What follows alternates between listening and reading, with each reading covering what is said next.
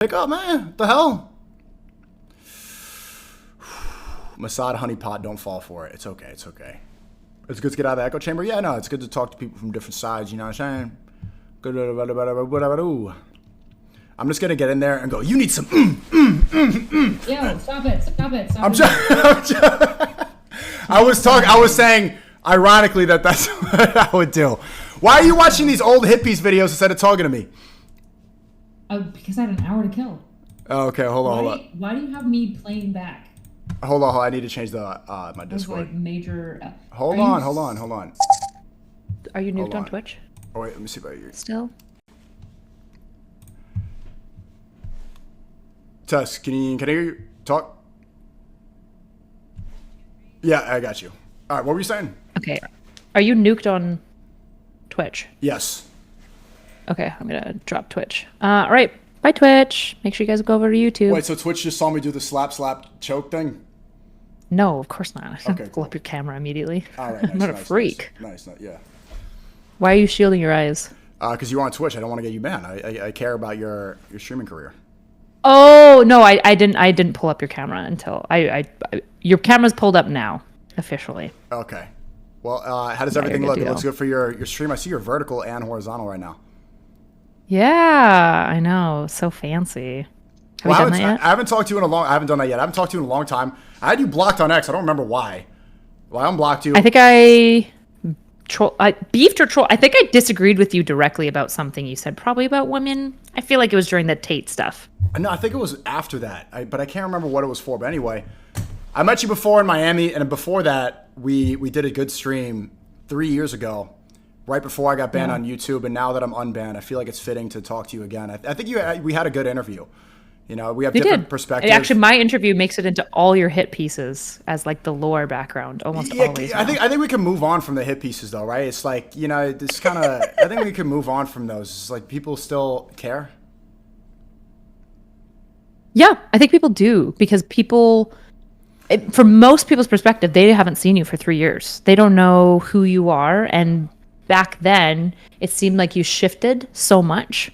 You were probably trying to find what you believed, I suspect, in the best faith interpretation, and people don't know who you are. They have no idea. Right, but I think that's part of the problem is people going from old hit pieces. Yeah, I know, but that's not the best they have. It's actually listening to what I say.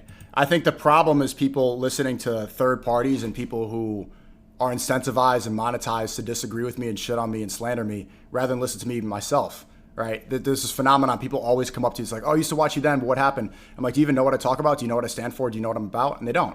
And that's because they only watch clips from people and videos from people that are incentivized to try to ruin my name. Mm-hmm. That's true. So I think it would fix if people were to look into what I'd like to be like, oh, you spread as hate speech. I'm like, well, my community's been called love speech for 3 years. They say, oh, you were a conspiracy theorist. It's like, well, I was right about the vaccine. YouTube apologized to me. I was right about Israel. We could see what happened there. And I was right about Chris Tyson when everybody said I was transphobic. These are 3 things that people call me crazy for that I ended up being right about. And nobody who slanders me apologizes. They just continue to profit off of these hippies videos. Let's get into a lot of that stuff. We're going to get into all that stuff. I don't know if... I'm going to end Kick right now. Kick, come on over to the party thing. I'm just going to end this, but it's going to be... I'm sure it's going to be a good conversation. I don't know how much time you had to prepare, but I'm excited.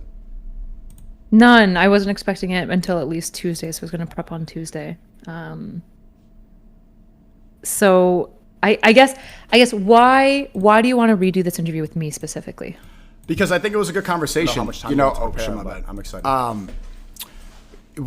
Seems like we disagree. Sometimes I was watching your stream and you said you were a Christian, but you talk about how some people are calling you a destiny orbiter, which I don't know if that's fair, but I see you're on the debate stage with him. It's fair-ish. Like we've cleaved a fair. Like we don't have a business together anymore, but like I'm still like friends with Steven. So yeah, that guy's on a. he's on a warpath. Well, yeah, I don't know. I think he's just. It's tough to see, but it seems like we're on different sides of the internet, so it's good. I mean, it's good to have challenging conversations like that. And even though we seem to disagree, I think you conducted a good interview last time, and it seems like it's kind of full circle. Now that I'm unbanned and back on YouTube. What do you want to do now that you're unbanned? Continue what I was doing before. Seek truth through funny. Put out the best videos I possibly can.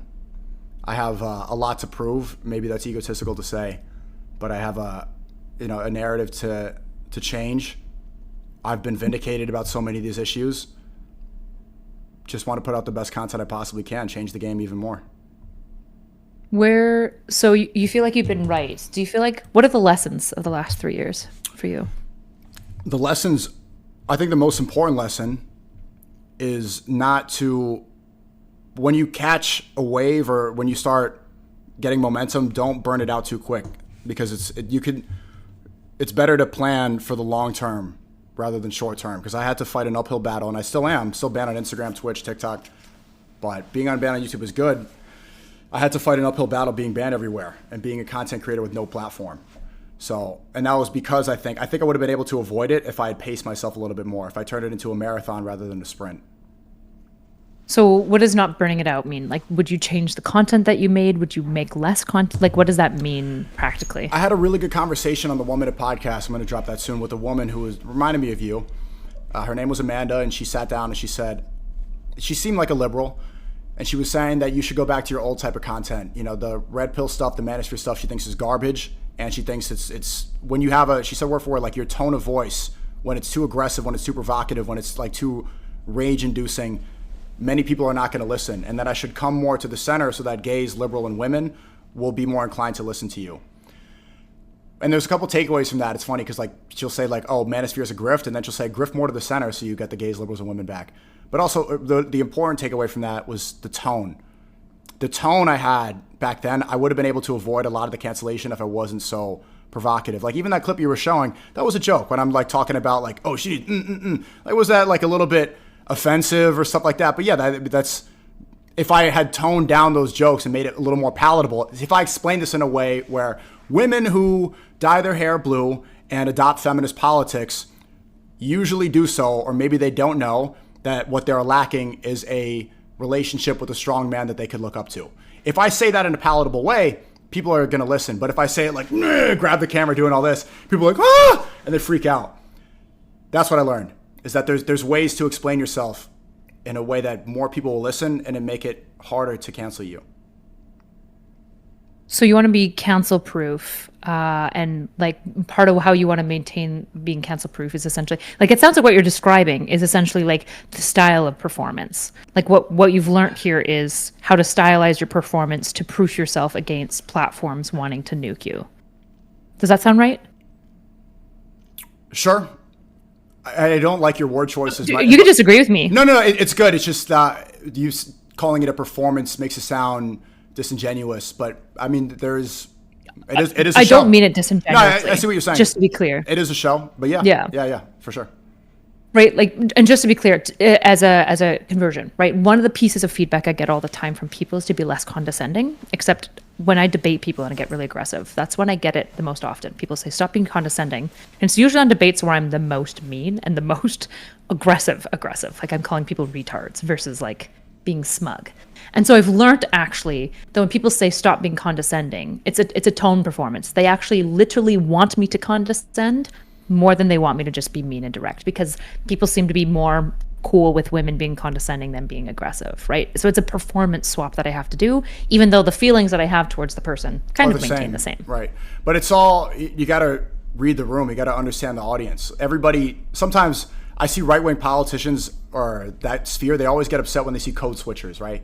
Good example is Mamdani. When he went to Uganda, he's speaking in a Ugandan accent, right? And then when he speaks to different ethnic groups, everybody code switches. You know, I make fun of it all the time too, because some people do it worse than others, like Hillary Clinton.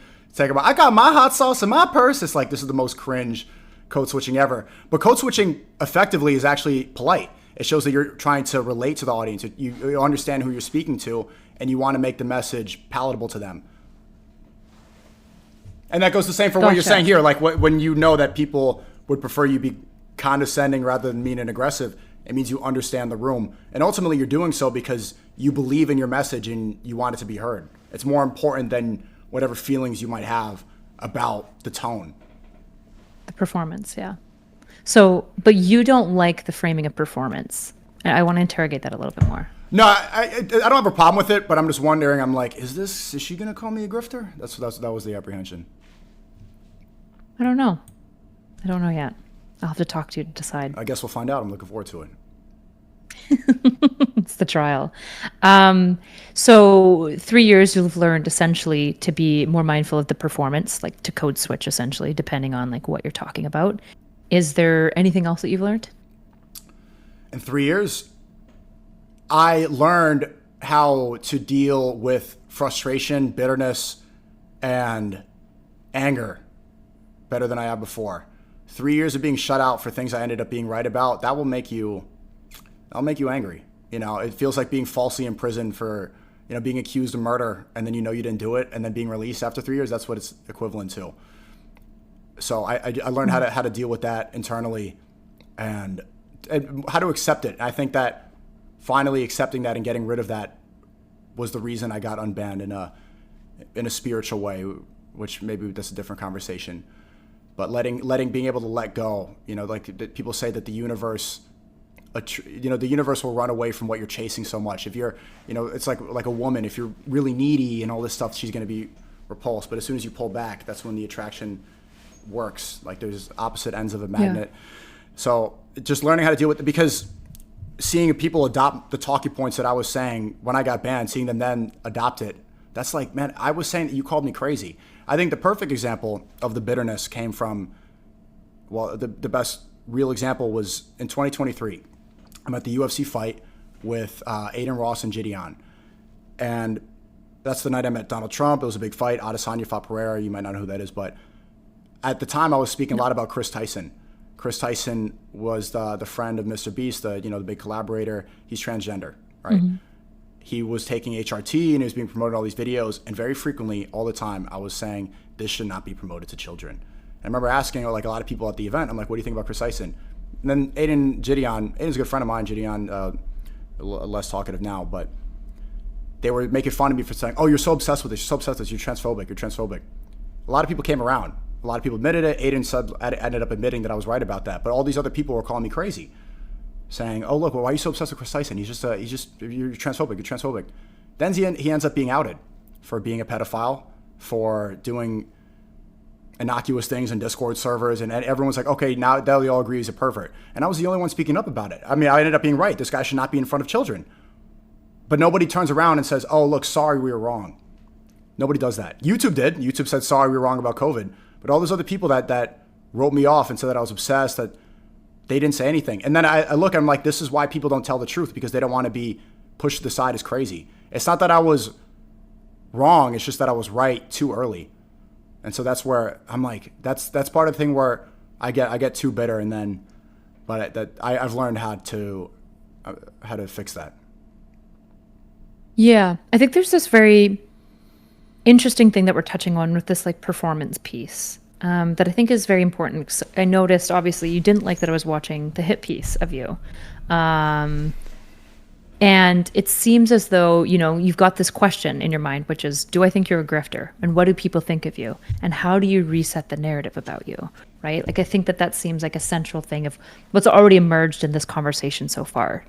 And what's interesting is that it poses the question to me immediately of, what does honest mean? What does an honest version of you mean? What is it? What does it mean to be authentic? Right? Because there are, for example, times where I can say it's maybe more honest to give authentic representation of me that maybe gives people an inaccurate representation of me in their mind, right? I might act some way, aggressive, and it leads to people concluding that I'm condescending. Mm-hmm. Or is it more honest to say what I don't feel if it will give people an accurate perception of me? So instead, I switch to being actually condescending, and then people don't think I'm condescending anymore, because I broadly don't try to be a condescending person. Which of these things is more honest? Does that make sense? The more honest version, I've tried this before. I think it's another lesson I learned in the past 3 years, is not trying to do any dark triad, 48 laws of power manipulation tactics. I try to do that as much as I can. I realize it's not really, it's not reasonable to do that completely, especially at a certain level of fame or influence. It's not possible. I think the perfect example was the cuck story that people always make fun of, and it is funny. I remember that being an example of something like, okay, this is really embarrassing. I hated this. I'm going to joke about it on a podcast, and then it ended up being the biggest bullet people use to destroy my reputation.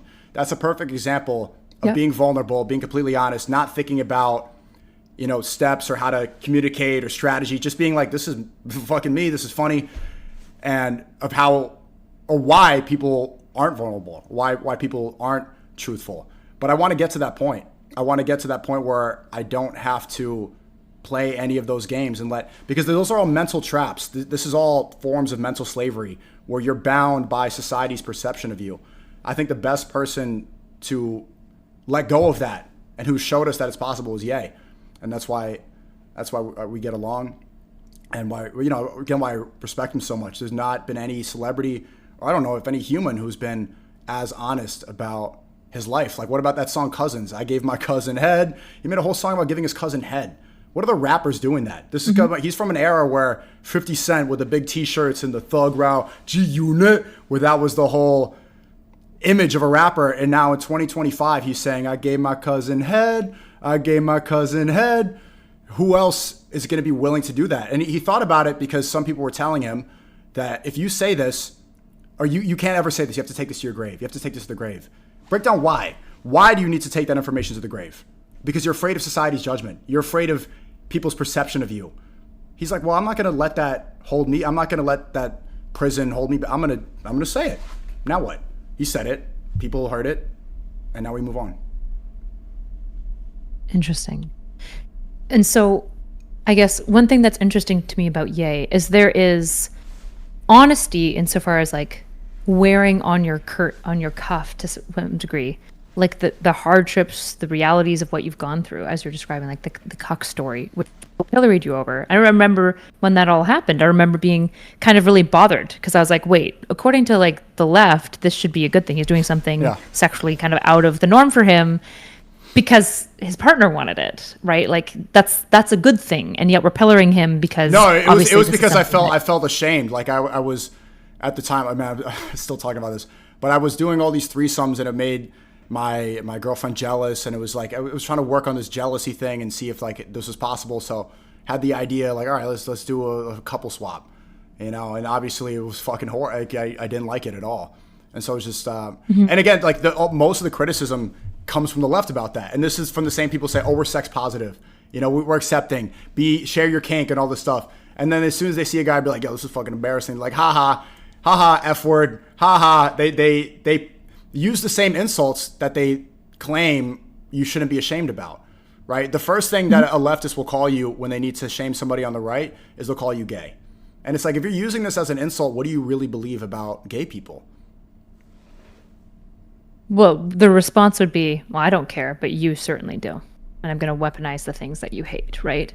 So I guess, and you can respond to that before I go into my question, but I want to I think that's a half truth, but I also do think the fact that they immediately revert to that is because they know it's something, I think deep down it reveals that they think it's something shameful. They think it's something that you should hold guilt over. I don't know, but I'm curious. I want to tie into this because you talked about Ye, right? And we're talking about honesty, right? Because, you know, opening up about his childhood, I don't know if it was sexual abuse specifically. I don't know the dynamics between him and his cousin, or if it was just like childhood sexual exploration, right? But he's being a bare all about this. But there's also a type of honesty that would look like, for example, like accountability, right? Does Ye have any insight yet into like why he has limited access to his children and why like his wife is uncomfortable with that? Like, is there any self-honesty in his role within that thing falling apart? Because when we think about honesty, it's not just about wearing on your sleeve like what you've done and what's happened to you. It's also wearing on your sleeve what's your responsibility and what's not your responsibility. Maybe you disagree. I see what you're saying, and that's because in the short term it can be problematic and things for your family, but ultimately, to answer your previous question, the ideal, or the place that we're trying to get to with art, with communication, is the most honest society possible, right? Where it's not about how it makes people feel immediately, it's about your intentions, right? It shouldn't be words. You shouldn't be canceled over words, over saying a slur. It should be, do you have ill intent with them? Are you trying to harm society, or are you trying to improve it? And I think a lot of people aren't able to dissect that. And when we get to that point, we have improved as a whole. Gotcha. So maximum transparency. Exactly. You think that like that's complete kind of the step authenticity? forward? Yeah, complete authenticity, and that's the goal of every artist. That's what art is all about. Is telling the truth. Is I think when every painter looks at the canvas, the first brushstroke should be the most honest one. Ernest Hemingway said, "If you don't know what to write, write the truest sense you know. If you're ever stuck, if you ever writer's block, just write the truest sense you know." That's why I've always followed that motto when I'm writing a video, because like what's gonna show up on the page is something that you haven't revealed before, something like an idea that you haven't been able to communicate. You might as well communicate it through a piece of art if you can't communicate it through conversation if people don't understand it in real life. What's your goal in correcting the narrative on you? My goal is to make it easier for other people to tell the truth when it's the most dangerous, when you could lose everything for it. That it's happened to me. I lost everything. When I last talked to you, I told you how important my YouTube channel was to me. I lost my life's work. I've been doing this since I was 13 years old on my main channel, and they took it all away. And they ended up saying, "We're sorry, thank you for your patience." So that's like, it's literally like false imprisonment and then being released from jail. And when people say like you did this for clout or for money, if I did it for clout and money, then I wouldn't have said things that got me so censored and got me scrutinized and all this. That's a ridiculous accusation. And so I want to make it immediately. I think the first goal is to make it so other people see, and have less. When someone else takes the road less traveled, it's less scary. Like when your sibling goes into the attic, like you could follow up too, right? I went down this road, and now other people can have the courage, hopefully, to tell the truth. Like next pandemic, they could be like, actually, I don't think that I need to take the vaccine. I'm a healthy person, and I'm not risking people's lives, and it doesn't make me an evil person because I don't want to put this into my body. Hopefully I've made that, I've made that more possible for people in the future.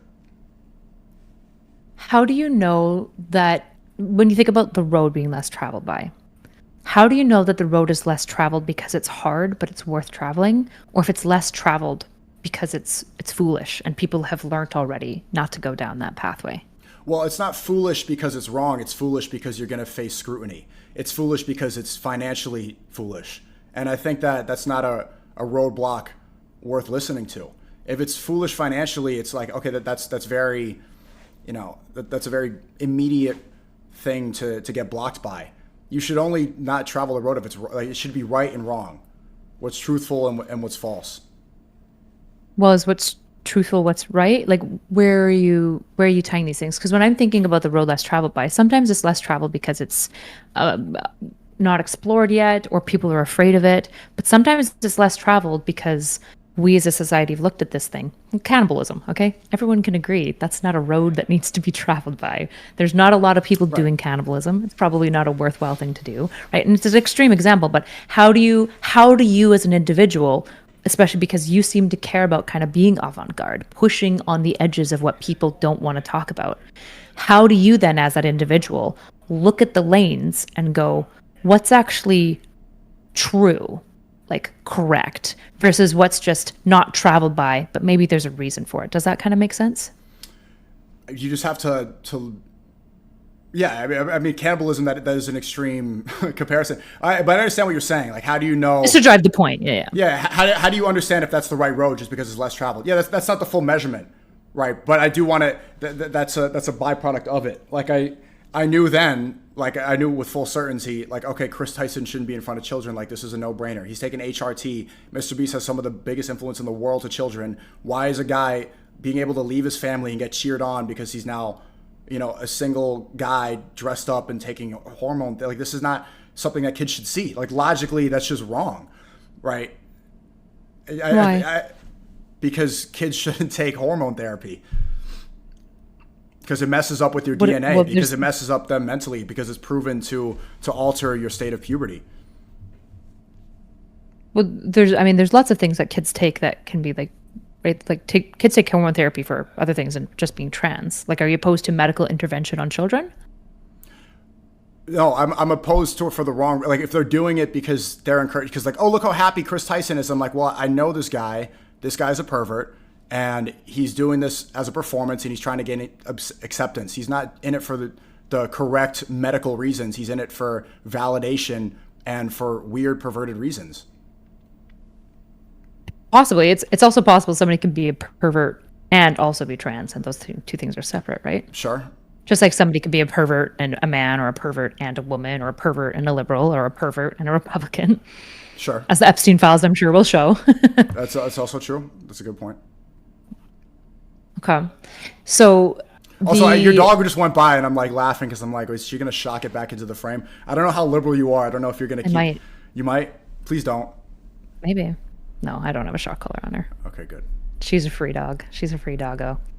So I remember back when we talked, one of the things that stuck to me, and it's something that I've actually told people a lot when they've like talked about you, when they've talked about your like grift to live streaming, which I think is like, maybe you have grifted. I don't know yet. Changing mediums of art is a crazy thing to call a grift though. And they'd be like, well, he just switched to live streaming. And I'm like, well, I know exactly why, because I remember we were walking into Fresh and Fit when I asked you this question, because I remember saying to you, which I think a lot of people said, I loved your art. You're like one of the most talented artists on YouTube. I still think that. And you said, I remember I made, what was it? What is a woman, or how to talk to women? How to talk to women is the name of the video? How to view women. Yes, that's one of my favorite videos still of yours. Thanks. And you were like, I spent months on it. I think like at least 3 months. A month. It was 30 days. Filming. It was 30 days total. Yeah. Filming, recording, like working super hard on this product. It gets out and it does well. It did well as a video. Mm-hmm. I don't think it broke 1 million, or did it break 1 million? It has now that I'm on. It was in the high. Okay. It was definitely in the high, I think 700s when I had seen it, right? But then Hassan watched it on stream. He said nothing. He picked his teeth. He called you a misogynist. And then he re-uploaded it, and his re-upload reaction got more views out the gate than your video that took 30 days. And I went, of course, it makes total sense that you become a streamer. It's just so much more lucrative. But now you want to go back to making art. I'm doing both, and I have done both for the past 3 years. See, people don't seem to know that. I've posted countless videos on X. I think that's one of the major reasons I got unbanned. People saw how good my Project X series was, and that I still got it. But yeah, that's like, seeing that was, well, it's not because I saw it as more lucrative. I just saw his stream, and the guy's a fucking idiot. Like, not only is he a dog shocker, but he didn't even understand the nuance in the video. You did. The video takes the perspective of an incel who can't talk to women, and that's what the lens is. It's trying to analyze the gender problem from the perspective of a male incel, kind of like Taxi Driver or something like that. It's like I'm playing a character, and the fucking idiot didn't get it, and he just starts calling me a misogynist. I'm like, this just went over your head, and you got more views misrepresenting me than accurately looking at like a piece of art. This video's dope. It's better than anything you did. So I'm like, and almost listening to him like, you're boring. You're not funny. You're just picking your teeth and you're shocking your dog. You suck. I can stream better than you. So I'm gonna do this too. I'm gonna do this too. And then I started doing it, and I still was making videos along with streaming, but obviously my focus was separated. Gotcha. So I guess if you're gonna go back to making content on YouTube, and you said, well, I'm going to be mindful about the performance that I do, does that mean that you're being less authentic then, I guess, for you as an artist? If you gave me the Ernest Hemingway thing, it feels like it flies in the face of the performance piece. Because as a debater, code switching is just a normal, but I don't view myself as an artist, like at all. Does that feel more inauthentic to you? Because I know art is... No, it's the same idea. So that's why I don't see it as inauthentic the way I explained it earlier. Like when I talk about the feminist problem and them having a lack of a strong masculine role in their life, right? There's different ways to approach that subject. You could do the, or you could just explain it in a way that people will listen to. So it's not inauthentic. It's just different messaging. Okay. Gotcha. But the message is the core thing that you don't want to change. There's nothing to change. Like that's what people always say. Like, are you going to apologize or this? Like, what? And they don't know. They don't know what to say. Like, the number one thing that people adopted. Like, I remember they were calling me a Nazi and an anti-Semite so long for saying that AIPAC needs to get out of American politics, and now everyone's saying it. Like, all these liberals are saying free Palestine. I'm like, that's what saying free Palestine is equivalent to saying we need to get AIPAC registered as a foreign agent. That's the same thing. They say it like free Palestine. They say it like Hakuna Matata. It's like this slogan they like. Like, I love making this joke. It's like they think that it's releasing a lobster in a rom-com. Free Palestine, be free. It's like, from who? It's okay. Who's the one doing it? It's Israel. How does Israel exist? Oh, they depend upon America. They're a parasite on our country. They get all their money. They get all their money from us. They use our media, our government. They have AIPAC not registered as a foreign agent. They have all these politicians going there and putting the flag next to them. Without America, they cease to exist. So I'm saying I'm just explaining what they're saying as a slogan. And now they don't call me an anti-Semite. Now they don't call me a Nazi. I mean, sometimes they do. It doesn't hit the same way as it once did. And that's what's important. Do you still wonder about the Holocaust? Because I remember that was a really big sticking point for a lot of people. It's just not that important. I mean, it just happened like almost 100 years ago. It's like, this is not an important. Let's talk about. I think that they use that right now to shut people up and say like, oh, you're a Holocaust denier, you're a Holocaust revisionist. It's like, let me talk about what's going on right now. We just had 2 years of a genocide after October 7th. Let's talk about right now. Sure, but I do think that like history matters, right? Like we have to talk about it because we have to talk about the Holocaust and pogroms to understand like the creation of all sorts of things. Like the reality is like you have to understand. To understand you, I have to understand the things that you've been through, the events and experiences that have shaped you, right? Fundamentally. So these things do matter. Okay. Obviously we can infinitely go back in history, but I'm sure you would agree, like these things do matter. And this is kind of the question that people have for you is like, if you're saying everything's the same, nothing's changed, I guess that raises flags for me because I don't think you're too smart to be stagnant, and I don't think you're stagnant. And if you're not stagnant, then you're changing. And so the question is, what's changing? Well, are you asking about the Holocaust? I was never a Holocaust denier. I don't know if you're trying. Not about the Holocaust. More about you broadly. I'm trying to understand what's different. What's different about SNEAKO? 3 years later, what's different? What's the same? What's different? And you're saying the performance is different. Well, I'm older. I mean, it's cool to look back at my YouTube channel because I pretty much like it was left when I was in my early 20s. Like right after I turned 24, I got banned. So I'll say 23. And then for all my mid 20s, I was banned, and now I'm pushing 30 and I'm back. So it's like a different era of my life. So it's just I'm older, and I have more.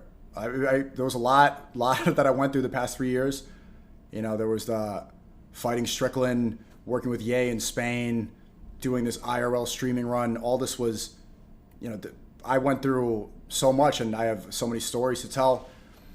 So it's just, you know, I'm a vet now.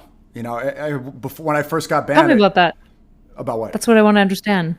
Well, if you're saying I've gone through so much, I've seen so many things, right? I've experienced many things, and then my question goes, and what did you learn? Like, what's different now? Because you've definitely experienced more from 3 years ago, SNEAKO. And so I'm sure things have changed, and I'm trying to figure out what are those things. The major thing was finding God. I think that was the major one.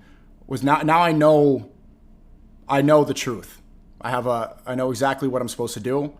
I know where we go when we die, hopefully, and I know what our function is on this earth. And before then, I wasn't completely certain. I'd always been interested in finding God, reading the Malcolm X autobiography when I was very young. But now I fully believe in it, and I have that. I have that faith that I didn't have before. That's the biggest change. How does that? That's pretty I feel like faith is groundbreaking. How does that change you? How does that change how you view everything? It gets rid of a lot of the mental health problems that people talk about. When they talk about having anxiety and this stuff, it's like, okay, well, you don't know what you're supposed to be doing, and you don't have your head screwed on properly. Maybe you're not praying. Maybe your diet's off. Maybe you're putting garbage. Maybe you're listening to too much music, or you're being dragged to so many places instead of following the straight path. You know, it's groundbreaking because now I know what the straight path is. And when anything goes wrong, it's because I deterred from it.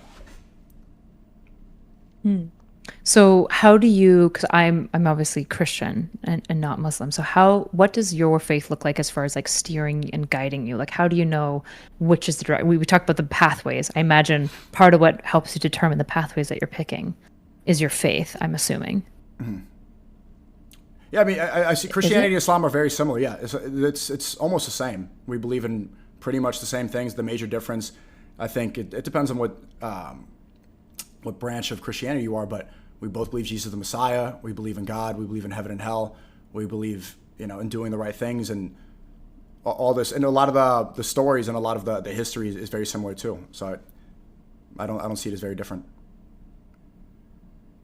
I think we also fundamentally like very different religions as well. We're very similar, and we're also very different, which is why we're separate, right?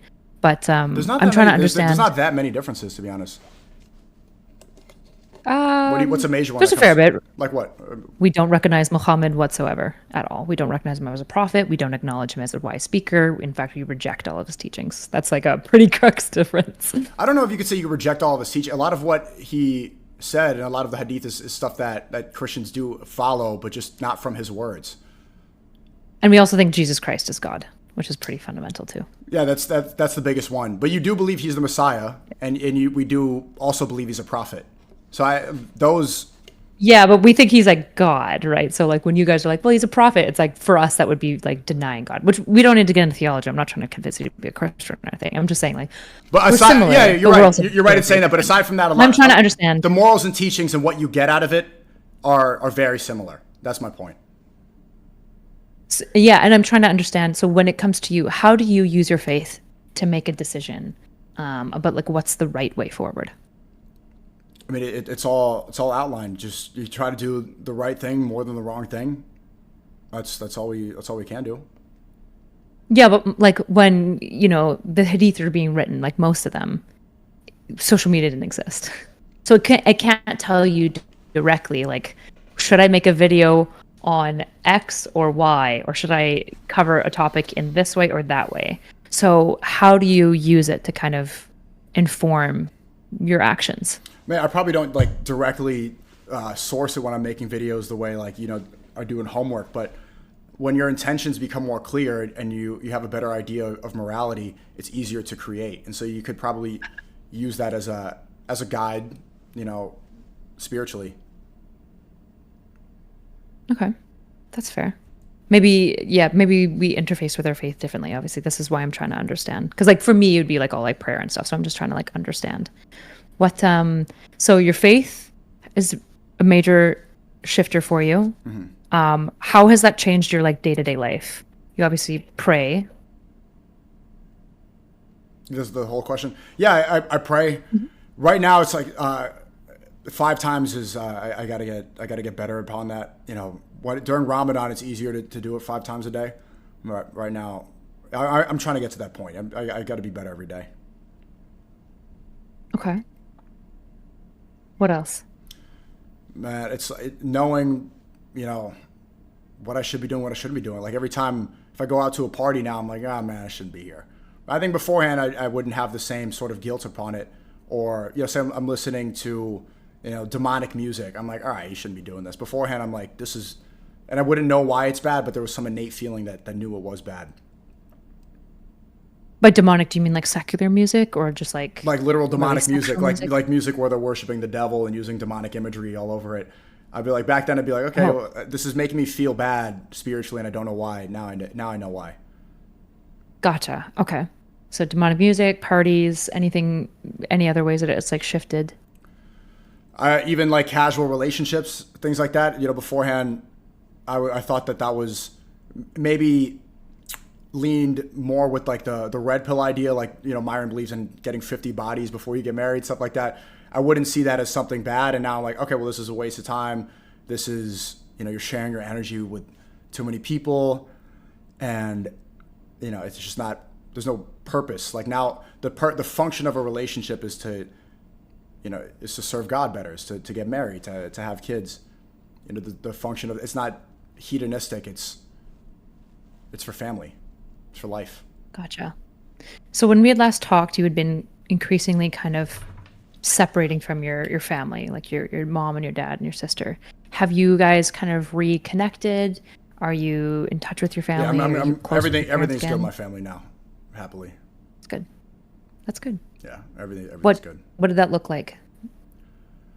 What rekindling? Fixing it? No, when we talked 3 years ago, just more attention. Just more attention. I was so focused on work that I was like, I wasn't in the right headspace, and so now it's more of a family man, dividing more attention and knowing like, okay, when to clock in on work and when to talk to the fam. Gotcha. What's dragging this interview? I can tell that it's dragging. What do you think it is? Nothing's dragging. It's just that I'm very careful not to get clipped. Like I want to make sure I answer everything the right way. Gotcha. Okay, so because I'm noticing like a slowing or a hesitancy that wasn't there when we first started talking, but it's definitely, I'm noticing it now. Do you think me asking about you changing is specifically the part that, because it feels like as soon as I started asking you about changing, that's where like some slowing happened. Is there concerns there? No, I'm just being, you're asking me questions that I have a lot earlier in the interview. I was more certain about everything. I haven't thought about this as much as I've thought about the other issues. Like the culture war, political purpose, like all that stuff. That one I think about literally all day, every day. You asking how I've changed, that's causing more reflection. I got to think back like to our first interview where I was it's like a teleporter. Like now being unbanned, it really is like seeing everything from like, that was a certain era of my life. I was in my early 20s and now I'm in my late 20s. It was a different time. So it's like coming, imagine like it's bailing your friend out of jail, or not bailing, just, you know, the Juice King meme, Demon home, he's finally home and he's seeing everybody, and then you run into people, you see the old neighborhood, things are kind of different. That's what it feels like being back in this space.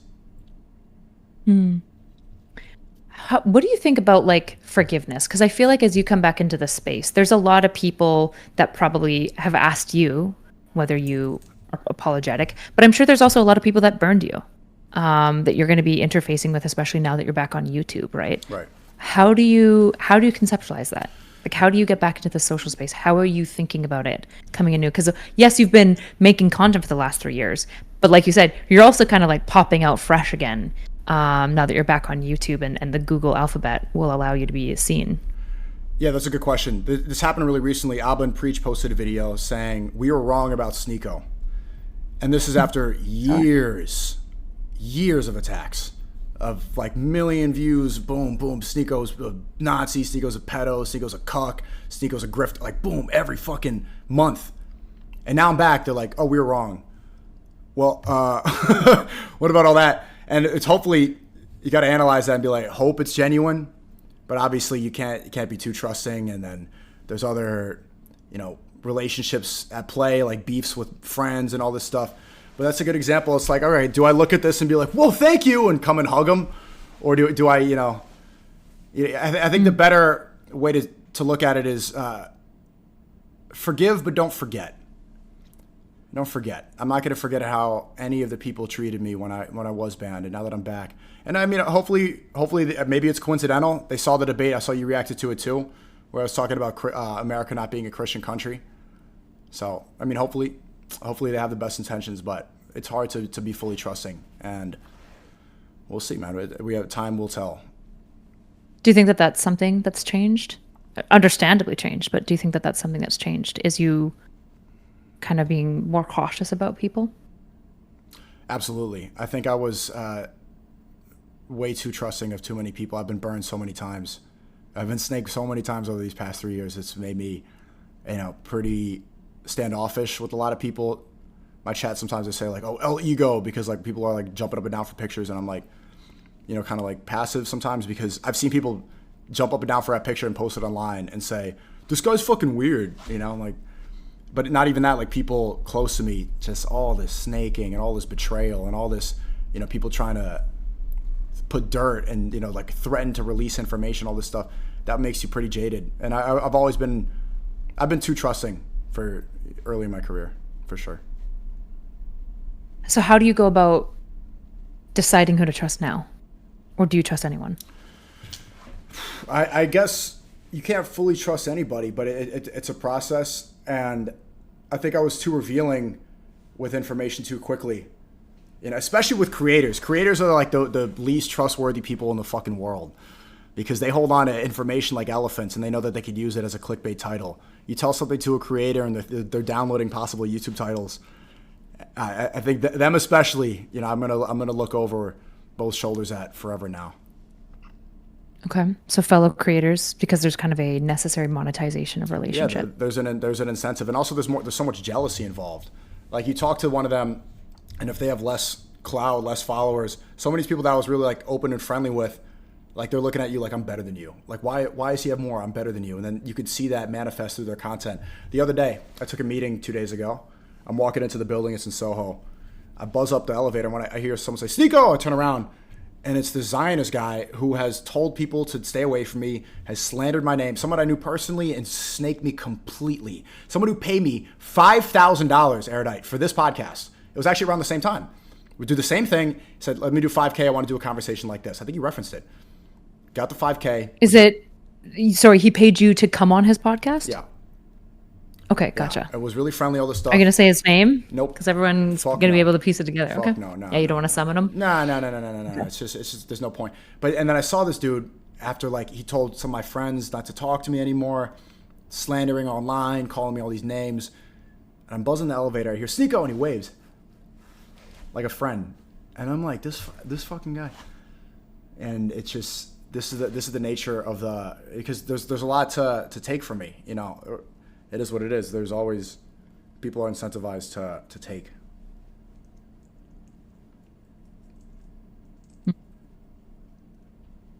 That must be, it's interesting. I feel like one of the things I noticed about you when we talked 3 years ago is that you're probably not going to like this word, and I mean this in the best way possible, okay? I mean this in the white girl way, which is always like a compliment, okay? Which is, I think you're a very sensitive person. And by sensitive, I mean you're very aware, you're paying attention to what other people say, but also the things that other people say about you impact you. Like you remember it, and it impacts you going forward. Whereas there's many other characters that I would say are very insensitive in this way. And it causes them to probably be insensitive towards others, but also what other people say. They just really don't care what other people say. And I think that's actually, I think it's a good thing. It just comes with a lot of cons, right? Just that you get impacted by what people say. But also a pro of you get impacted by what people say. Do you think that that's a fair assessment, or do you think? Yeah, no, that's 100% true. And it's because I care, man. I care. Yeah, I don't think that's. People often tell me, a lot of manosphere people tell me, like, stop. You got to stop this. I'm like, dude, I care. Like, that's not anything that's gonna change about me. Why do you care, and what do you care about? I care about the world. I care about people. I care about what's right, what's wrong, you know, what's truthful. When you say you care about people, I care about. I want society to be better. I want people to be more honest. I want things to work out. I don't want people to keep. I don't want to see kids die. You know, and I'm surprised that I get called sensitive for that. I just assume everybody's like that. I think you are unique in some ways in the sensitivities, right? Like not wanting kids to die. I think we can all agree with that, right? You'd be surprised. You'd be surprised. Well, most people are going to justify, right? Nobody's going to love kids dying, but they might say, well, the war has to happen. If we're talking about Israel again, I'm assuming we are. Yeah. So you'd agree that you're a sensitive person. How has that, do you think, impacted people snaking you in a way that it might not impact others, or impacts you differently?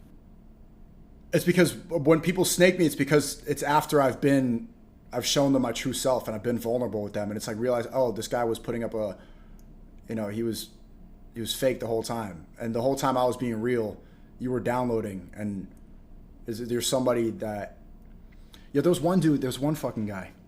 I went to, I don't want to say the country because people are going to put it together, but I went to visit him and do content with him in a faraway place. It was like a long flight, right? Guy's broke.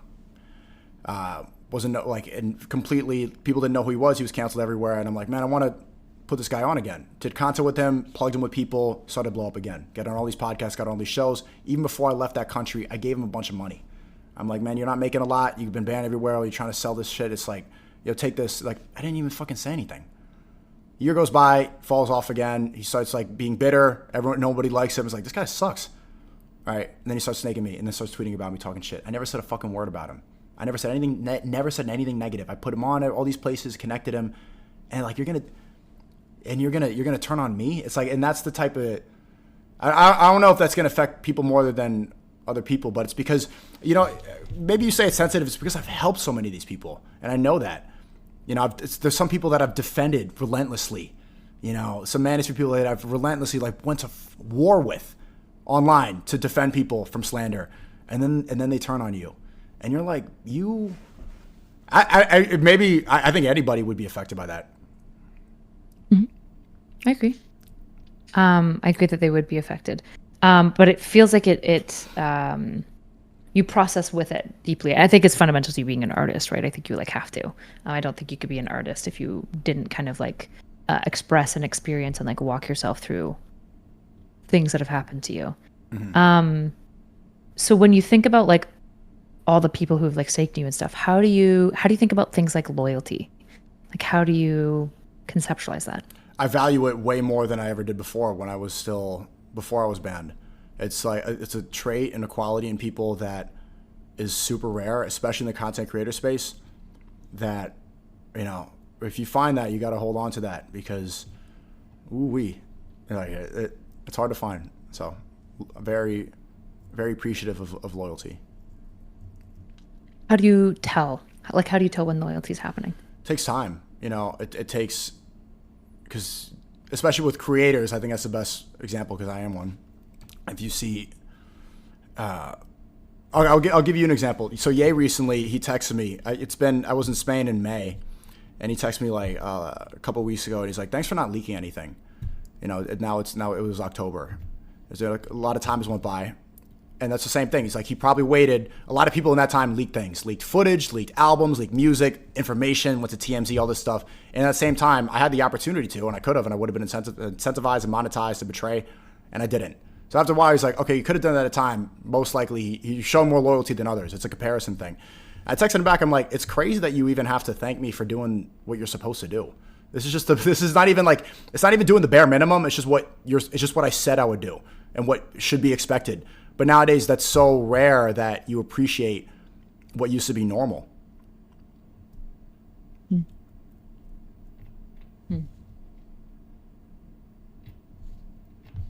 When should you stop being loyal to someone? That's a good question. You should stop being loyal to someone. I think the first, if they show disloyalty, but there's a certain point where if your values don't align anymore, then I can understand why you would separate. For example, I had one of my closest friends from Miami is an Israeli Zionist, hardcore Zionist, and we were good friends. And I looked past it, still hang out with them. We would argue, we would debate, we would disagree, but I still liked the guy and he liked me. Eventually he texted me, he said like, man, it's just what you're saying is going against my people too much. I can't be friends with you. First I was kind of upset and I'm like, man, I kind of understand why he says that. Like he thinks that I'm literally like hurting his existence. So I can get why he thinks that. And it's not even like he betrayed me or snaked or said anything. He's just like, I can't be friends with you.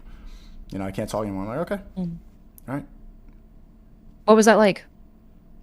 I just kind of struggled. I'm like, all right, cool. You know, it was probably no impact. No, was your friend you respected? Yeah, I still respect him. Sometimes we talk briefly now. He sent this whole essay explaining why he couldn't be friends anymore. He's like, you say this, you align with these people, and you're hurting my people, and you're hurting my nation. And I'm like, okay, man. But I didn't really get upset because I kind of respect him for outlining why. I also respect him for doing that instead of going online and saying all this shit. He just said like, man, it was more like a personal thing. Like he thinks that if I benefit SNEAKO, then I'm also benefiting the enemy. And so I was like, okay, well, I respect his decision in that sense. Gotcha. And so I guess the follow-up question to that is, how do you decide which criticisms are worth listening to? Like, how do you know when you're going wrong? How do you know when you're erring? How do you know when you're going right? Which criticisms should be listened to? It's through self-reflection. You know, I get a lot of advice from a lot of people all the time. And it's always with time. You don't know really immediately. You need to sit with the ideas a little bit. And it's like people say you need to, before you make a major decision, jerk off. Like you can't be in a crazy emotional place to make a major decision or to think rationally. That's why I think you should always sit with something for a little bit and think of it from different perspectives. I used to say, if you're going to get a tattoo, sit on it for a year and make sure you still want it after the year. And people usually don't want it anymore. You know what? Every one of my tattoos I did. You did? Which almost shows maybe I should have just gone immediately because I'm such a this is the issue, right? Like when I think about the way that you should think, I think it's pronged on the type of person you are. I'm a very cautious person. I'm way more likely to say no and pull myself back than to impulsively jump into things. And so when I'm trying to decide on the right action, part of what I try to do is understand who am I? What are my predilections? And which are the unhealthy predilections that could be impacting? And what are the healthy predilections that could be impacting this decision? And like, how do I counterbalance my own personality for better health and for better balance? Do you understand what I'm saying? Like, does that make sense to you? Can you keep explaining that idea? I kind of understand. Sure. Yeah.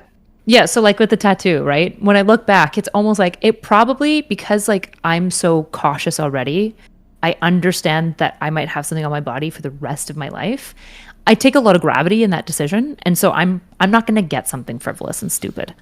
I'll never agree to it. It's never going to happen because it's so not my personality too.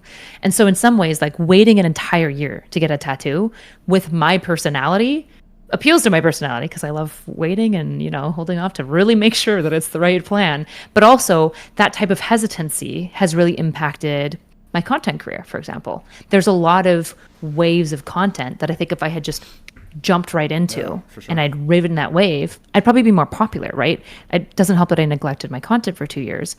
But when I'm thinking about content creation, it really rewards impulsivity. And so in my personality, when I'm trying to decide like the next wave that's popping off, how much I want to like jump into it, my knee jerk now is to go, I'm not going to want to, so I should already assume that my knee jerk to not want to should be somewhat disregarded, and I should actually lean more into doing it unless I have really good reasons not to. Does that make sense? Yeah, there's something to it. I'm very different from you in that. Like, I'm a very impulsive person. I like to, as soon as I get excited about an idea, I jump on it because I like to stay in the flow state. Because when you get excited, that's when it's not work anymore. That's when it's not forced, and you're doing. I love to work within the flow state. So I mean, I got 5 tattoos. Luckily, I don't regret any of them, but they were all impulsive decisions last second, except for the first one. But I'm a very, like you get the idea, capture it, catch the idea, and make it real. Do you have any decisions that your impulsivity has led to that you regret? I don't regret anything. I mean, obviously, there's things that, maybe are embarrassing or something, but like I don't ever live in regret because I think even losses I take as lessons. There's something to learn from every mistake. That's why I'm not the type of person to be like, oh, if I went back, I would have done this. No, I think it all happened for a specific reason. Even like errors, like choices you made that were wrong? Yeah, sure. Yeah. It might have hurt people, and obviously you should apologize to them. But errors that I've made, I think they happen so that I could avoid them. But if you don't learn anything from it, then yeah, it's a fucking, that you should regret that. You got like the no regrets tattoo across your chest? No, that's different. That's more like a YOLO mindset. I don't think that way. I see everything as a lesson. Because if you think in regrets too much, then it's like the woe is me. This should have. I don't like to live in the past. I'm a very future forward thinking person. Gotcha. But how do you learn from the past if you don't look into it? How do you balance that? No, you could look into it without regret. You have to self-analyze, right? Like the way I was explaining the betrayal and things. It's changed the way I interact with people now. It's changed the way I look at people. But that only happens, that there was a lot of self-reflection. My chat's heard me say it. I'm like, why did this happen? Like, why did this? I ask a lot of people. I think about it. I reflect. I analyze the people who've done it. And then you start to break down and realize why. And you see all these patterns that you did not see beforehand. Like, oh, this person is a much older content creator in their 50s or something, and they're really bitter. Of course, they're going to be jealous of somebody who has more popularity and is younger. And that jealousy, if they don't analyze it, it's going to manifest into hatred rather than self-analysis. So it makes sense. I understand why this happened. But self-analysis it's very difficult to do. It takes a lot of reflection. But I think, hopefully I'm getting better at it. Gotcha. Okay. So when you think about like getting better at it and stuff and like reflecting and all this self-work, how do you do it? Like, do you write about it? Do you just sit in a room in the dark and think? Well, I talk to a lot of people I trust. Yeah, I think a lot, talk to people, talk a lot to my stream, Yeah, I talk to a lot of different people. Part of this reflection is even talking to you, Erudite. I mean, like, you're very different than me, but this is a good example of that self-analysis. You're asking me about my life and what's changed and everything and my views of the past 3 years. I am not used to speaking to somebody like you that analytically about my life. And so that helps you see it from a different perspective. And it helps me take into consideration what you think. That's important. This is all part of the process. What do you think I think? I'm curious. It's hard to tell because you don't react to a lot of other people that they react physically, or they show facial expressions. You kind of, even like when I'm joking around, or you're still like just like still studying, which is good. Which is why I think it puts you in a good position to do have conversations like this, because you see it from. I don't know. I mean, what do you think? I don't know. I mean, I haven't, to be honest. I've seen a lot of your content, but not as much in the past 3 years. I've been watching your stream more recently, but it's hard to figure out, like, and then I see you dancing around with Destiny, and that guy's like advocating for violence. I'm like, what is she? I don't, to be honest, I don't know. That's fair. I'm curious what you think I think about you. And to be fair, the poker face is from counseling. I've just done a lot of therapy with like with addicts and stuff. So yeah, we have a top tier. There's nothing you can say when I'm in this mode that will ever get a facial reaction from me, because you can't beat the things that I've been told in therapy. Yeah, that'll definitely help it. I think I'm a stoic Chad. I think that I don't think your chat likes me. And I think that when this call ends, you're going to appeal to them a little bit more than you would like to in this conversation right now. I think that you probably understand and you think that I'm right in a lot of the things I'm saying. There's less pushback. But I don't think that your chat, the world you're in, does. And so you're going to show more dislike later on, not in a snaky way, but in an adapting way. But I think right now, I don't think you see that many things incorrect with my worldview. So what do you think are the things that I agree with that I wouldn't own up to?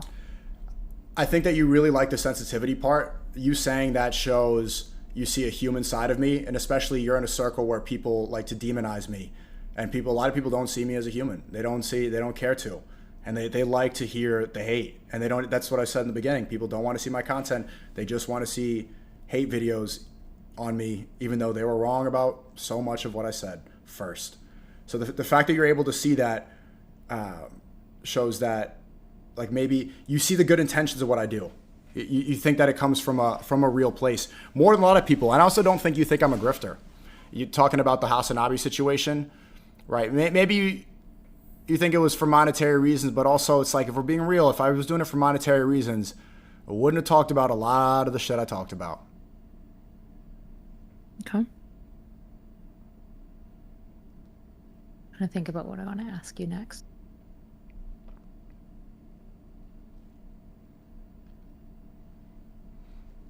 If you don't have anything, we can leave it as a cliffhanger and do this again sometime.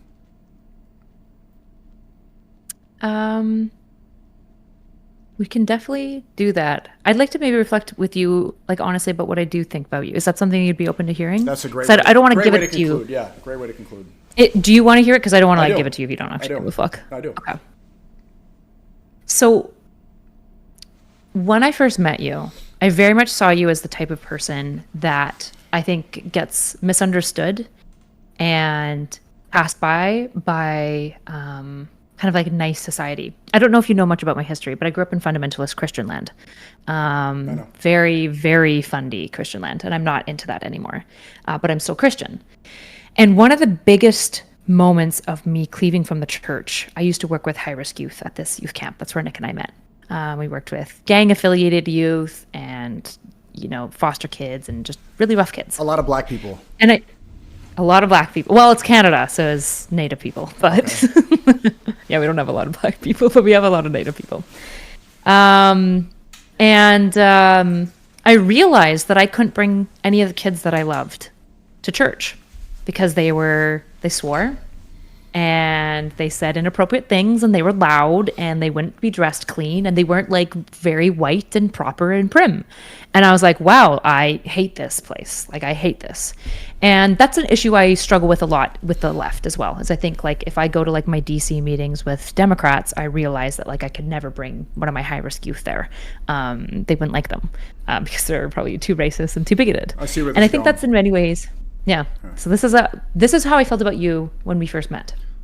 And it's interesting because when you were 24, Brittany Simon and I would talk about how, like, You're just a young guy. I was 23. Right? I was 23. But anyway. Sure, 23. Yeah. And people be like, he's an adult. And I'm like, yeah, but he's also just a little guy. He's just learning. He's just learning about life right now. He's on an adventure. He's on his first adventure. Talking to you now, I don't feel that way. I don't feel like this is just some little guy, right? I feel like I'm talking to an adult now. Congrats. And I don't mean this condescendingly. I know that everyone hearing this probably thinks I'm being so condescending. I like the condescending because it's honest. I like truth. I like to Yeah. So when I talk to you now, I feel like I'm talking to an adult. I think that you have much more securely decided what you think about the world, whereas I think when it was 3 years ago, you were still trying to decide, which is fine. You're allowed to be 23 and deciding what you think about the world. I'm a little concerned. The art that you've been putting out, it's good. It is good art. It feels like it's missing the like raw SNEAKO-ness that I really loved with like the how to talk to women stuff. How to view women, yeah. How to view women. Sorry. Yes. Thank you. I still send that video to like my normies. Like it's still like literally one of my favorite videos. Yeah. Yeah. I'm concerned that in asking you in the 3 years, like what has changed, it feels like what's changed is you've said, I'm not going to be apologetic anymore for fucking anything. You guys don't get a fucking inch from me anymore because you took everything. And I think that that's fair. But I also think that you did make errors. I think that you were unkind and harsh and mean to people that didn't deserve it. And I think people were harsh and cruel and unkind to you, and you didn't deserve it. Fair. I think there's some level of, like the Holocaust denial, and your response in this conversation is to say... it was 6 mil. It happened. Look, my grandfather was a product of the Holocaust. That's something I found out, even more about since we last spoke. He was a Hungarian half Jew, and that's the reason he moved to Haiti and married my black grandmother. He fled Nazi-occupied Europe. He fought in World War II. He fought the Nazis, and he even changed his last name. All this stuff. Like I have a fake name. I didn't know that last time I talked to you. No, absolutely. I don't remember. I'd never denied the Holocaust. Okay. When did I deny the Holocaust? I feel like there's clips from like Nick Fuentes conversations and stuff like that definitely seem strongly leaning in that direction. No. Of course it happened. It was exactly 6 mil. But I do think that it was important to talk about. Do you actually think it was exactly 6 mil? No more, no less. Like right on the dot. Like literally exactly. Okay, yes. It's more. When people saying the Holocaust denial, they don't mean you don't think it happened. It's that you don't think it was as severe. It was 6 billion. It was 6 billion Jews, and no, but it's more important to talk about the Holocaust going on right now. That's my point. It's like what we keep on harping upon about this, and it's like the one thing people always debate the numbers of every. This war. Is like the Hassan Piker thing. Why would you accuse me of shocking my dog when there's a Holocaust going on in Palestine? Well, it's not like I'm shocking any Jews. He's literally shocking a dog. This is like saying, why don't you agree with this narrative of history instead of like I think a lot of that's deflection tactics, and I think people are tired of being. Well, I'm not deflecting from Palestine. No, I don't think you are, but I think that's why that's the one thing you're not allowed to like. You can question Pol Pot, you can question the Armenian genocide, you can deny the Holocaust happening now in Gaza and say it's a war, but they don't call you a Holocaust denier there. I think that's hypocritical. Yeah, I think sometimes when you engage with these more like political topics, the thoughtfulness that I really appreciate with your kind of your intrapersonal, which means like inside thought, it feels like I lose that person. It feels like there's two versions of you that I'm getting access to, which is like the SNEAKO and then the like Hubert, maybe. I don't know what to call. I don't know what would be the right name to give you. I don't want to use like your personal name necessarily, but like it feels like I'm getting two people, and I really like this one. I think this one is very human. I think this is where art comes from. And this one has some great performance. It definitely knows how to go viral. There's stuff to it, but it's an odd experience to ask about the Holocaust. And the main response is like, why do we have to talk about this when there's this, why are we going back in the past? And it's like, probably because it matters to us in the same way that like there's a certain annoying performance social litmus that people should do over Kirk. And the litmus that they should observe is saying that was wrong. It was murder and it is intolerable. Right. And this is something I've criticized Stephen over, right? Is because he won't do that little performance. No, he posted joke. He posted a picture of Charlie Kirk's assassination just 2 days ago. That's your friend. I know. Like that's just like the blood coming out of his neck. One of the fucked up. It's reprehensible. It's just disgusting. And I agree. It's like, there's a lot more. I'm not gonna say too much about that guy. I think he's just like completely pathetic at this point, to be honest with you. But I mean, I'm not saying that to look. I'm not saying look.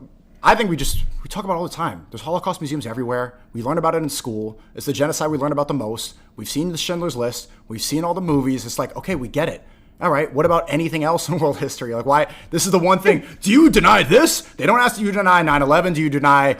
They don't ask you to deny what's going on in Gaza. They don't ask you we might have to start doing the 9/11 denials too, because that one's ramping up a lot too. They probably won't though. This is the one thing that they're like, do you deny? It's like, bro, this is in the 30s and 40s. Like, is there any other moments in history that we could talk about? That's all I'm saying. But I never denied anything. I agree that there are other things that we can talk about. I think the important question is, why do people feel that this litmus is so important? And you would assume that there's reasons why it's important, and there's reasons I would assume. Do you want me to answer that? Why I think that litmus is so important?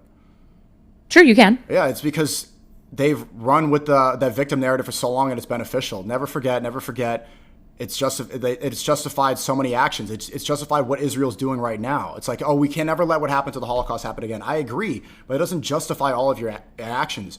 When you come from a victim perspective, you could do anything, right? The U.S., 3,000 people died on 9/11. Then we went into Iraq and Iran. 1 million civilians died in Iraq, but we always said 9/11, because 3,000 people died. October 7th is the new one. October 7th. And then they bomb kids for 2 years straight. They use that victim narrative to justify what they really want to do. And maybe what they really wanted was to establish a greater state of Israel. If the Holocaust didn't happen, would they be able to justify the creation of Israel as easily as they did? Probably not. So that's why I think the litmus is so important. It's not because it's like, oh, we can never happen again. Obviously, it should never happen again. But I think people can analyze this a little bit deeper. And the reason that they don't is because they get questions like this. Like, do you deny this? Whoa, I'm not an anti-Semite. Mm-hmm. There's a social performativity that people are asking for. And it's interesting because I know that you don't like Stephen, but in many ways, I'm very empathetic to the person who won't observe the social litmus, even when I think that they're wrong to not do it. Now, to be clear, I don't think Holocaust denial is just not observing the litmus, right? When you're saying like, oh, I don't know about the numbers. When we say Holocaust I didn't even say that. I said it was. You said 6 million on the dot. Then, let me ask you, how many was it? How many was it then? You tell me the number. Over 6 mil. I don't know. Oh, it was over 6 mil? But they say it's 6 mil. So why are you saying over if they're saying 6 mil? I have no idea. I'm assuming you have no idea. Look it up. Wait, yeah, but that's not the point, right? Well, I'm asking, how many do you think it was? You can look it up if you want. How many died in the Holocaust?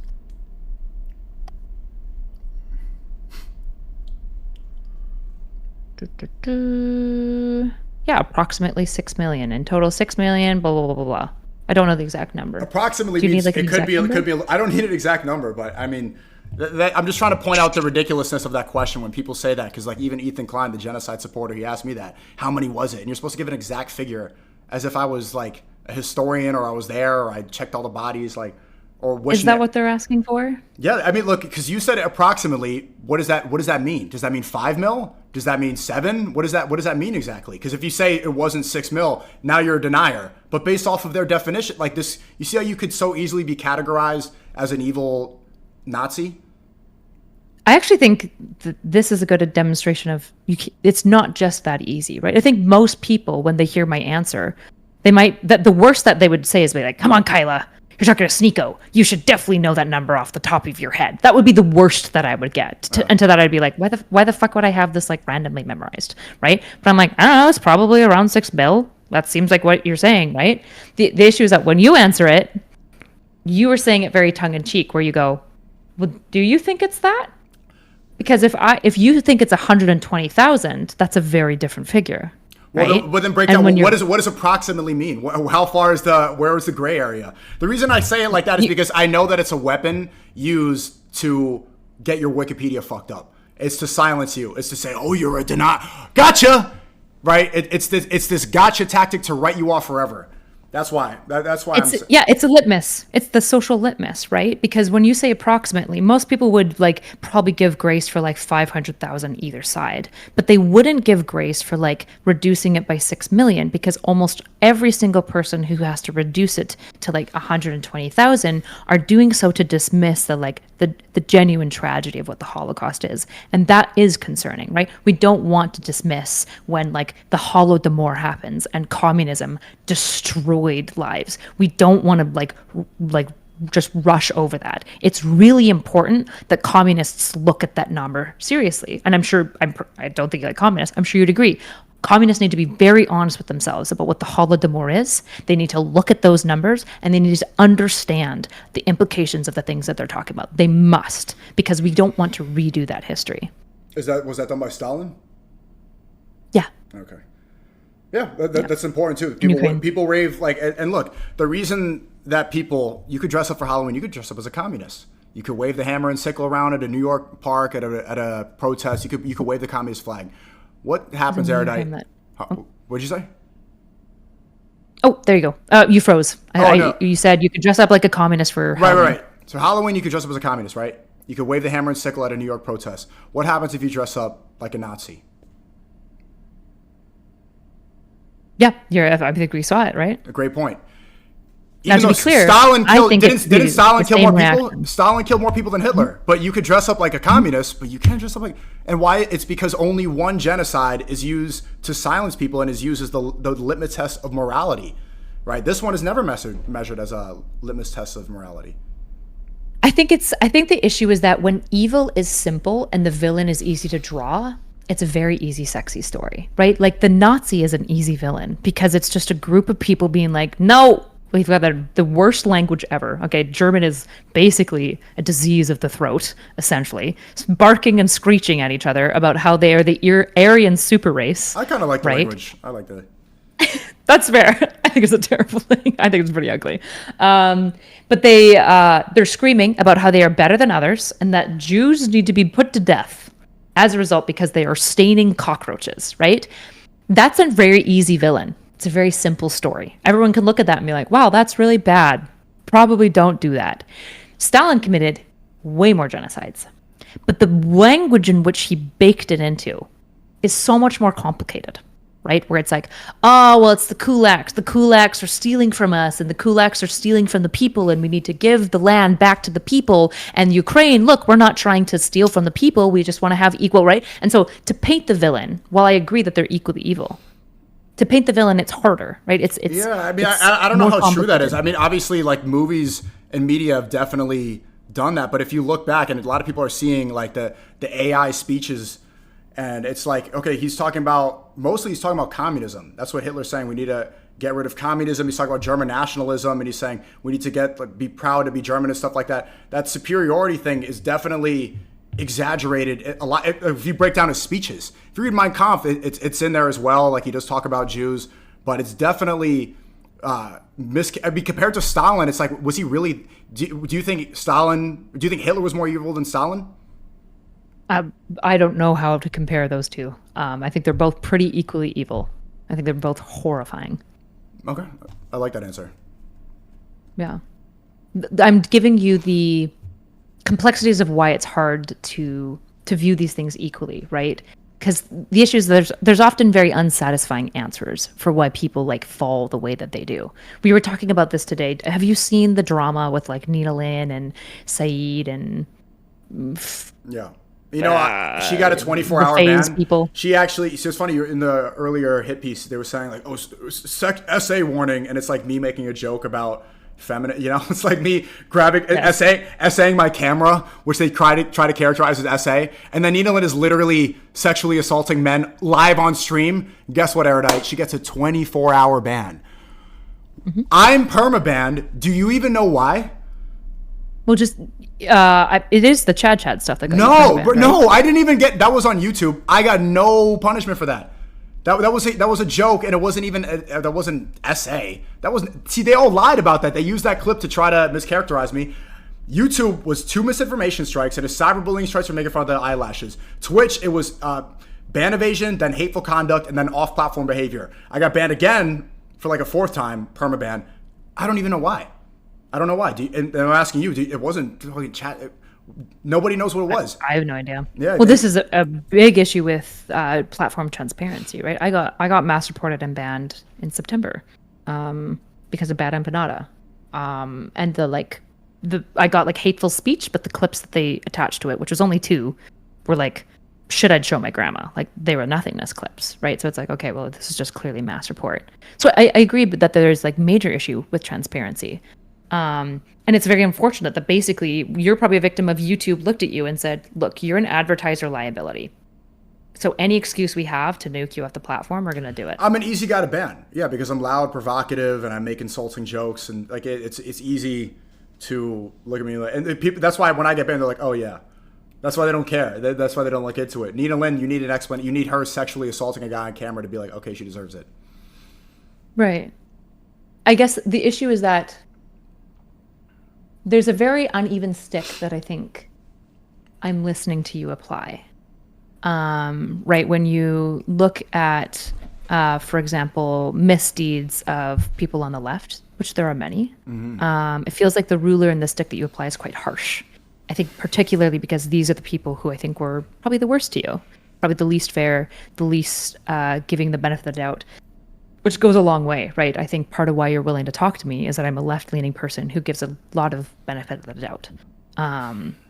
Problematically so, many would say. I suspect. I could be wrong. Yeah, you're used to dealing with addicts. You're treating me like a black criminal who had a hard upbringing, who's just misunderstood. I'm that neighborhood kid who needs to be told that there's more. You know, you got so much potential. You don't need to be a gangster. Come, go open up this book. It's like sort of. You're less empathizable than that because you had 2 parents that were awesome, really good to you, and you grew up going to like normal schools and stuff. So you're a little bit less empathizable than the black criminal. Thank you. Thank you. You're welcome. You're welcome. But the uneven stick that I think is very interesting is when you think about the left and the sins that they've done. And the right and the sins that they've done, or maybe you and your ilks and the sins that they've done.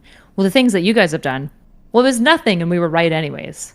Whereas when you look at the left, you're like, oh my goodness, horrible, evil, bad. No, but you're also comparing me, like, okay, I made a joke, like, slapping my camera. This girl literally sexually assaulted a man on camera. Even comparing the two is so ridiculous, and that's why it sounds like I'm being unfair, but, like, because it is. How the fuck am I in the same category as someone who's actually committing a crime? It's not a crime to hit my camera.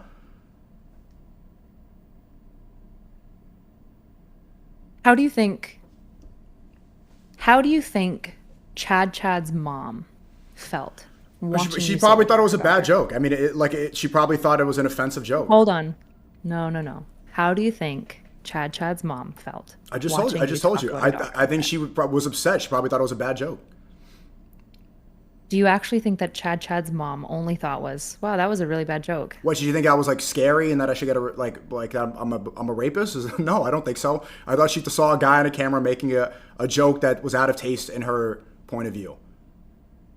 There's probably some level of like kind of being horrified at like the level of sexualization. I'm sure you've probably experienced it. Like people make sexually offensive jokes about me all the time. I think my main snarkers, they have a clip of me barking and woofing like a dog, and they use it to like sexually degrade me all the time. Oh, okay. So I'm used to that. But every now and then, I'll get somebody sending me something like a cum tribute or something, and it will just, it's just kind of horrifying. Like it just hits a little bit different, and you're like, fuck, man, this is so gross and uncouth. And I don't think that what you're doing is as bad as a cum tribute, obviously. Thank you. But thank you. you're welcome. You're also not a black criminal. There we go. Well, I mean, there you go. Making Look, sense. so yeah, it could be horrifying and disgusting, but yeah, I mean, there's also some funny. I mean, like that is disgusting, and I'm like, actually, I'm sorry you have to see that, but it is kind of funny too, right? Not at all to me. Oh, come on, frankly. like a little bit funny, No. like in a fucked up way. You don't think that's a little bit disgustingly fucked up and funny? I might make dark jokes about it in the same way that like So you see the I humor was in it. sexually assaulted. Well, it's not funny. Like so I was raped as a baby. I was raped as a 2-year-old. Like repeatedly. And I make sexy baby jokes all the time. I talk about how I was a super sexy baby.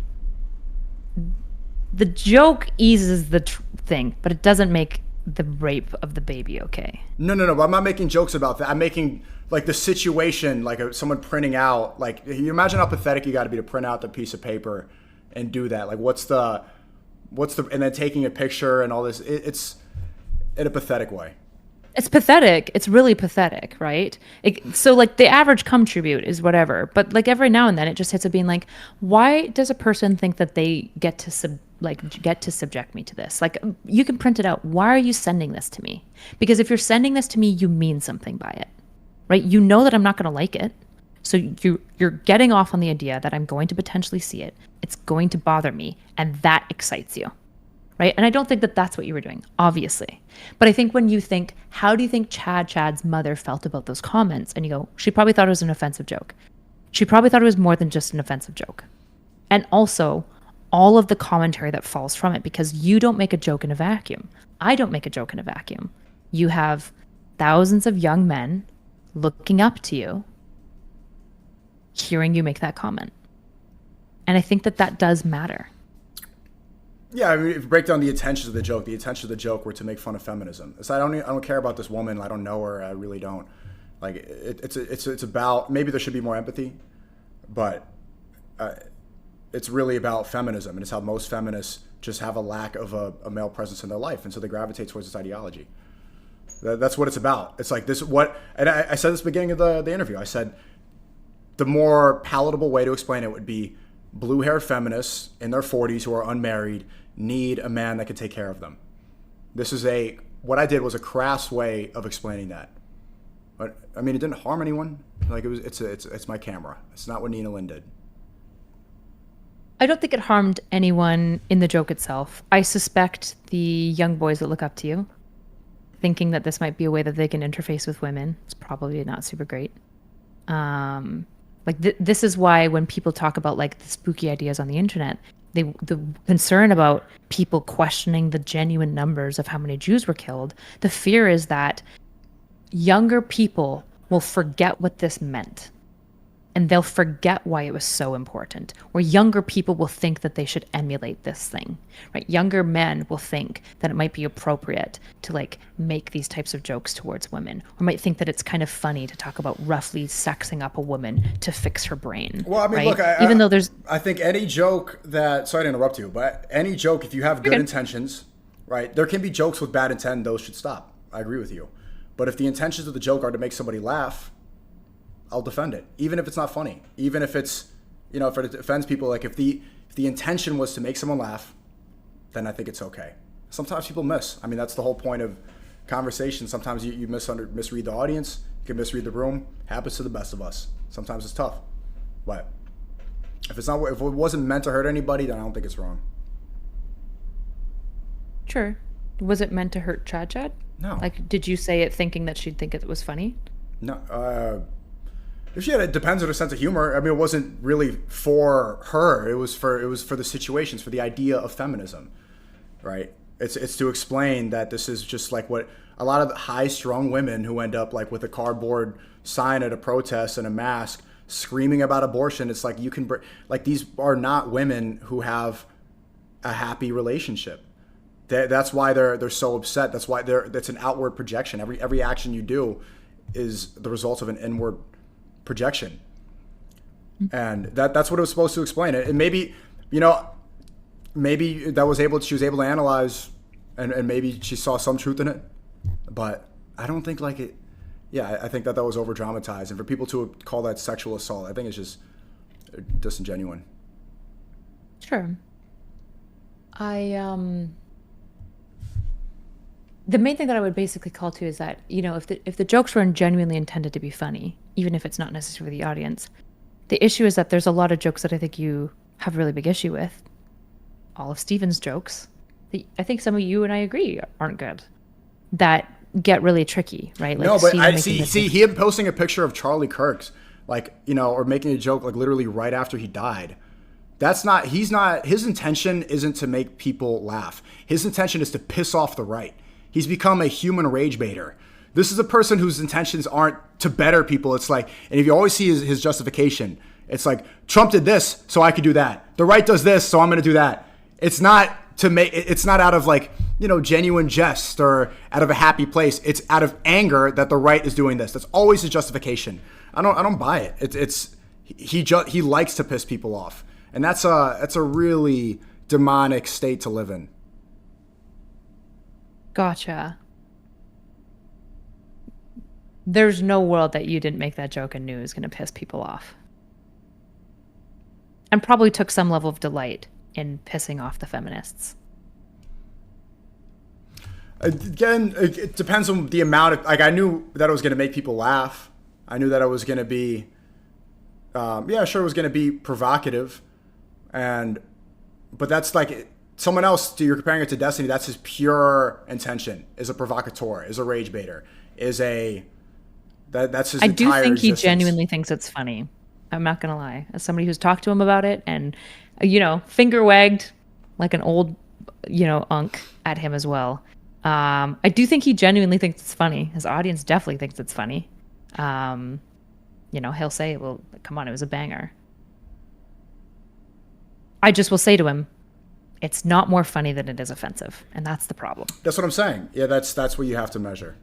I think that's probably the problem with the Chad, is that it seems like the joke wasn't as funny as it was offensive. It was more offensive. It goes back to my argument. My intention was to be funny, was to make fun of feminism. It wasn't that was the overall intention. It wasn't just to be a provocateur. Sure. You don't believe that? I do believe you. I don't think that you're making a substantive difference when I'm talking about the measuring sticks. This is where it feels like the measuring sticks are uneven, right? Where the difference that you're drawing here isn't substantive enough for me to go, oh, that makes sense why this joke would bother you, this wouldn't. It's just kind of like the jokes that I like that are targeting the topics that I think are harmful can be funny. Whereas it's like, do you think it's equivalent, like making fun of a girl, like saying that somebody needs rough sex, in a consensual relationship? People are saying it was assault. No, it was like she needs like a relationship where somebody can. Yeah, I disagree. It wasn't. I agree. Okay, it wasn't assault. There you go. Do you think that's equivalent? Do you think that's equivalent to making fun of somebody who's just assassinated in front of his children? Do you really think that's on the same playing field? I think that they are both similarly inoffensive, because your joke wasn't just she needs rough sex. It was feminists need rough sex to get their head on straight. And if they just had a strong man, they'd quit being a blue-haired, silly little girl. Oh my God, you're spitting. Well, it's a complete dismissal. Yeah, that was such, what you just said, like you're cooking right now. And so that's the thing that a lot of feminists are gonna be like, this is like everything. If you think about Chad, because she's much more feminist than I am. Like she's much further. She's probably a feminist who would call me a pick-me girl. I'm sure you're a Christian. That automatically puts you in that category. They might even call you a Nazi just because of that. You're a white Christian. Sure. You're and a Nazi. So, for her worldview, you are doing like one of the greatest. Your joke is one of the greatest violations of things that she holds sacred, right? Especially because feminism, for a lot of women that are this strong of feminism, that's like their main personality trait. Mm-hmm. And so you're violating like one of the most fundamental things to her. So in that way, it's like, what's quite offensive, right? Not only you're doing very egregious sexual actions. If you were Elvis Presley, you'd be booted from the stage immediately. Do you know that history of Elvis Presley? Well, he got booed because he was a white guy? He got booted off stage for making like sexual, livacious gestures with his hips while singing. Then MJ does it and he's celebrated. Well, yeah, it was like 40 years later. Yeah, different time. Yeah. Elvis Presley, he broke the way. Right. Anyways, the joke fell flat. Yeah. God, I hate fucking litigating humor. what I'm pointing at is, do I think your joke's in the same realm? It depends on who you ask is kind of the issue, right? Like, well, I just explained the intention. I don't want to keep going in circles about it, but like I just explained the intention of it is to dismantle the ideas of feminism and the ways women adopt their political ideology, right? The other thing, making fun of somebody who just died, like what are you trying to say that getting shot is funny? Like, is that what's the purpose? What's the intention? I think he was pretty clear about his intention, right? His intention was to say, it's insane that you would hold me to a higher standard than you would hold the president. What does that have to do with posting a picture of Charlie Kirk? How's that? Is that still to this day, while Trump won't denounce any violence on the right, he won't denounce it, he won't call down for a cooling. He keeps on demonizing the left. He keeps on calling the left terrorists. He's trying to list left organizations who aren't terrorist groups as domestic terrorists. He would probably say, and to be clear, I don't agree with him on this. I don't agree with the performance that he's doing, but I don't disagree with the point. Just like I might not disagree. Many people won't disagree with the point you're trying to make with the Chad joke. But I would say to him is, it's just too offensive. It's just too offensive. I get what you're trying to make here as a joke. It's doing a disservice. I don't want to keep talking about this fucking guy, but it's just like basic common respect for people. Like that this is just. Anyway. That's fair. Yeah. Before we got into this whole thing, I think you were getting somewhere before where we were wrapping this up about what you truly think, and then somehow you brought up the Holocaust, and then we got derailed. It was, but I guess. Oh yeah, I was. It was getting. I remember some conclusion was coming, and then you brought up the. There was a conclusion coming. Yes, I was talking about my views of you. Which is that I don't view you as an at-risk youth. I was talking about how in many ways it seems like you've come into your own, right? You're much more assured and stuff like that. I remember I had a point. I was going to say that over the past 3 years, the stuff that I've been through, and I'm grateful that I've been through. I think it's a good way to wrap it up. I'm grateful for all this. I'm grateful for the hardships. I'm grateful for the challenge because it makes you into a better person. If you're able to overcome obstacles, you come on the other side as a better man. And I've learned a lot from this, and I've been through so much in the past 3 years that it's helped me become a better person. And so for you said the thousands of young men that watch me, I would highly recommend, if they're in their late teens and early 20s, to embrace challenge, embrace difficult situations. Don't live in regret. Try to find the lessons and all the failures and all the obstacles, because that's how you mold yourself into a more complete person. Like the same reason you go to the gym and try to get your muscles to tear down and feel pain, you got to do the same thing in life. Embrace the unknown. You're going to have to go through something in order to be complete. You need character development. Nobody's going to watch a movie where the protagonist isn't going through something extremely painful. So it's good. Embrace it head on, and hopefully you'll come out as somebody more interesting and more capable completely.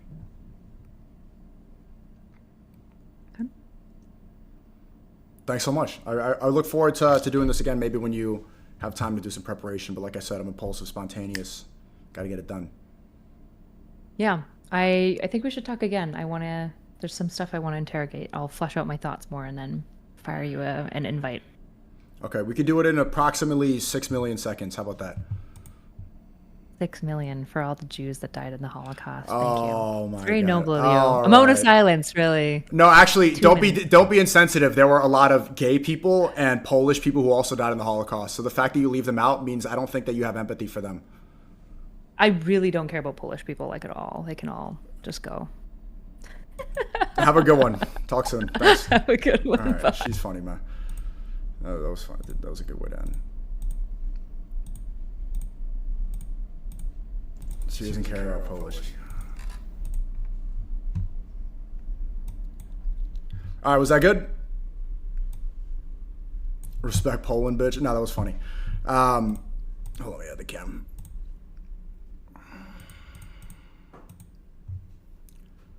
All right, Chad. Rate that 1 through 10. Rate that 1 through 10. Before you check reactions, banger clip phone. Yeah. Bro, I just started the fucking stream. It's only been 2 hours. W interview. She's annoying. Dude, every time we do a collab on stream, you guys start whining and bitching, bro. The Muslim Lancer one was great. This one was good. It's always it's good to do stuff like that.